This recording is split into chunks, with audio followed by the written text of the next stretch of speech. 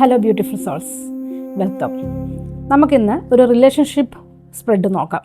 Love relationship. നിങ്ങൾ ഈ video കാണുമ്പോൾ നിങ്ങളുടെ പേഴ്സണെ മനസ്സിൽ വിചാരിക്കുക. അപ്പോൾ മാത്രമേ എനിക്ക് നിങ്ങളുടെ എനർജി ടാപ്പ് ചെയ്യാനും അതുവഴി ഞങ്ങൾക്ക് ഈ വീഡിയോ റെസനേറ്റ് ചെയ്യാനും കഴിയൂ. നമ്മളിന്ന് 4 ക്വസ്റ്റ്യൻസാണ് ടാരോട് ചോദിക്കുന്നത്. ഒന്ന്, എന്താണ് നിങ്ങളുടെ പേഴ്സണിൻ്റെ എനർജി?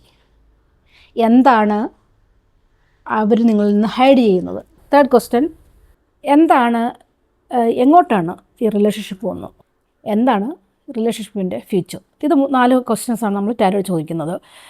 അതിൽ first one, their energy, your persons energy, what they are hiding from you. അപ്പോൾ നമ്മൾ തേർഡ് ക്വസ്റ്റ്യൻ എന്ന് ചോദിക്കുമ്പോൾ where the relationship is going. 4 ക്വസ്റ്റ്യൻസാണ് എപ്പോഴും ഒരു റിലേഷൻഷിപ്പിൽ, ഒരു പ്രണയബന്ധത്തിൽ നിൽക്കുമ്പോൾ എല്ലാവർക്കും അറിയാനുള്ള ക്യൂരിയോസിറ്റി ഉള്ളത്. നമ്മളെപ്പോഴും അതിനെക്കുറിച്ച്, നമ്മുടെ ഫ്യൂച്ചറിനെ കുറിച്ച് അറിയാൻ എല്ലാവരും വളരെ ക്യൂരിയസ് ആയിരിക്കും. അപ്പോൾ let us ask Tarot. Dear friends, my name is Taki Vishnath and welcome to my channel Taki Soul Tarot. അപ്പോൾ നമുക്ക് ഇതിലേക്ക് പോകാം. ഇവിടെ നമ്മൾ എന്താണ് അവരുടെ എനർജിയും ചോദിക്കുമ്പോൾ നമുക്ക് കിട്ടിയ കാർഡ് 7 of Pentacles ആണ്. ഇപ്പോൾ 7 of Pentacles എന്താണ് ഇൻഡിക്കേറ്റ് ചെയ്യുന്നത്, എന്താണ് പറയുന്നത് വെച്ചാൽ, പെൻറ്റക്കിൾസ് എപ്പോഴും ഞാൻ മുൻ വീഡിയോകളിലൊക്കെ പറഞ്ഞിട്ടുണ്ട്, പെൻറ്റക്കിൾസ് എപ്പോഴും നമ്മുടെ എർത്ത് എലമെൻ്റാണ്, നമ്മുടെ ഫിനാൻസിനെയാണ്, ഭൂമി, പണം, ഇതൊക്കെയാണ് എപ്പോഴും പെൻറ്റക്കിൾസ് റെപ്രസെൻറ്റ് ചെയ്യുന്നത്. നമ്മൾ പല കാര്യങ്ങളിൽ പണം ഇൻവെസ്റ്റ് ചെയ്യുകയോ അല്ലെങ്കിൽ പല കാര്യങ്ങളിൽ നമ്മൾ ഇൻവെസ്റ്റ് ചെയ്തിട്ട് അതിൻ്റെ റിസൾട്ടിന് വേണ്ടി കാത്തിരിക്കുന്ന ഒരു എനർജിയാണ് 7 of Pentacles എപ്പോഴും. അപ്പോൾ 7 of Pentacles ഈ ഒരു റിലേഷൻഷിപ്പ് റീഡിങ്ങിൽ വരുമ്പോൾ എന്താണ് ചോദിക്കുമ്പോൾ ആ പേഴ്സൺ എനർജിയാണ് നമ്മൾ ചോദിച്ചത്. അവർ ഈ റിലേഷൻഷിപ്പിൽ ഒരുപാട് ഇൻവെസ്റ്റ് ചെയ്തിട്ടുണ്ട്. ഇൻവെസ്റ്റ് ചെയ്യുന്നത് എന്താണ്? അവർ ഇമോഷൻ. എപ്പോഴും ബന്ധങ്ങളിൽ നമ്മൾ ബന്ധങ്ങളുടെ അടിസ്ഥാനം എന്ന് പറയുന്നത് തന്നെ ഇമോഷൻസാണ്. അപ്പോൾ ഇവർ ഇതിനകത്ത് ഒരുപാട് ഇൻവെസ്റ്റ് ചെയ്തിട്ടുണ്ട് ഈ ബന്ധത്തിൽ. അതിനുവേണ്ടി അവരുടെ ഒരു ചിന്തയാണ്, എന്താണ് ഇതിൻ്റെ ഒരു ഔട്ട്കം.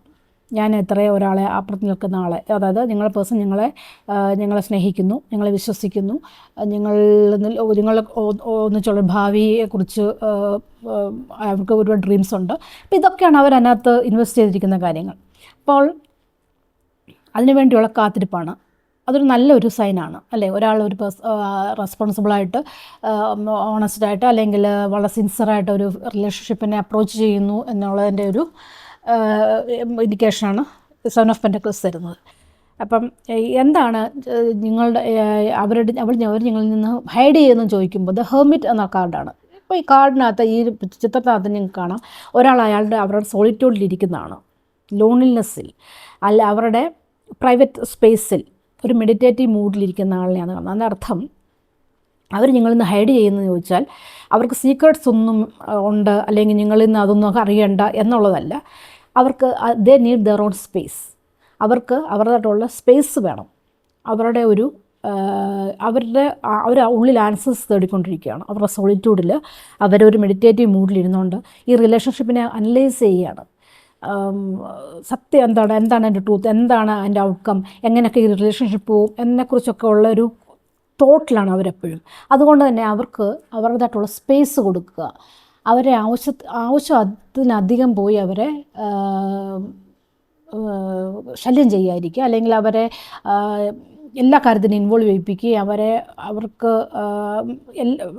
അവരുടെ ആ ഒരു ലീവ് ദം എലോൺ കുറച്ച് കാലത്തേക്കെങ്കിലും. കാരണം അവരുടെ റിലേഷൻഷിപ്പിൽ അവരതിനെ സീരിയസ് ആയിട്ട് കാണുന്നുണ്ട്. അതാണല്ലോ 7 of Pentacles. അതിൻ്റെ വരുംവഴികളെക്കുറിച്ചും അതിൻ്റെ ഔട്ട്കമ്മിനെ കുറിച്ചൊക്കെ അവർ വളരെ തോട്ട്ഫുള്ളാണ്. അപ്പോൾ അതിൻ്റെ അർത്ഥം give dum space and time. അതാണ് ഹെർമിറ്റ്.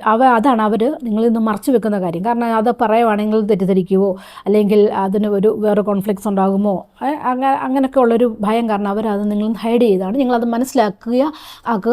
ആൻഡ് ഞാൻ പറഞ്ഞ പോലെ തന്നെ give dum space and time. എങ്ങോട്ടാണ് റിലേഷൻഷിപ്പിൻ്റെ പോക്ക്? എങ്ങോട്ട് പോകുന്നു? ഏത് ഡിറക്ഷനിലേക്കാണിത് നീങ്ങിക്കൊണ്ടിരിക്കുന്നത്?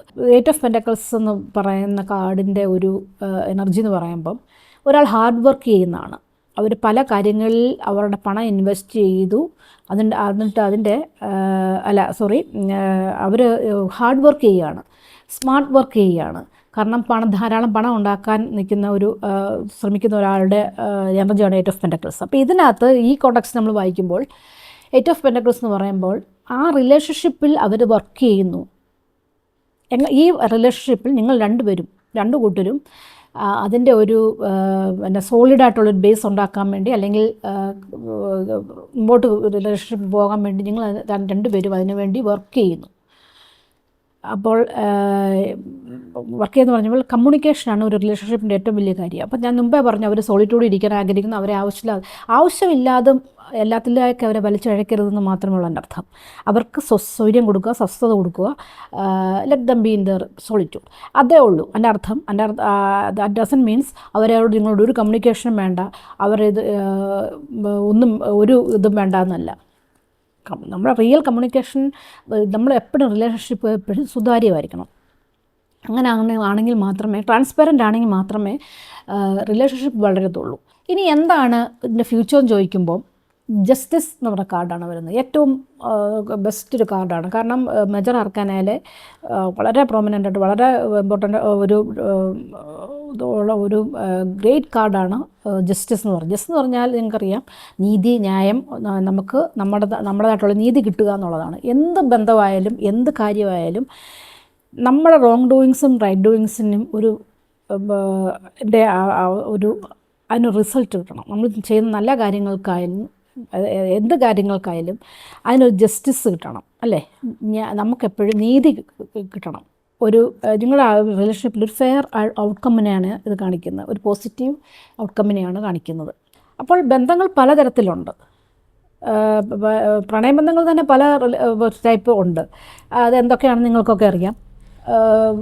വിവാഹത്തിൽ തീർന്ന പ്രണയബന്ധങ്ങളുണ്ട്, അതല്ല ഈവൻ റിലേഷൻഷിപ്പോ അല്ലെങ്കിൽ മറ്റുള്ള തരത്തിലൊക്കെ ഉള്ള ബന്ധങ്ങളൊക്കെ ഉണ്ട്.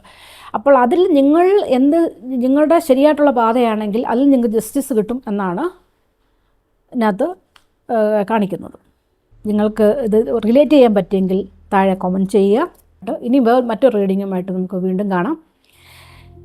നിങ്ങൾക്ക് പേഴ്സണൽ റീഡിംഗ് വേണമെങ്കിൽ ഈ താഴെ കൊടുക്കുന്ന നമ്പറിൽ ബന്ധപ്പെടുക. Thanks for watching. Have A nice day.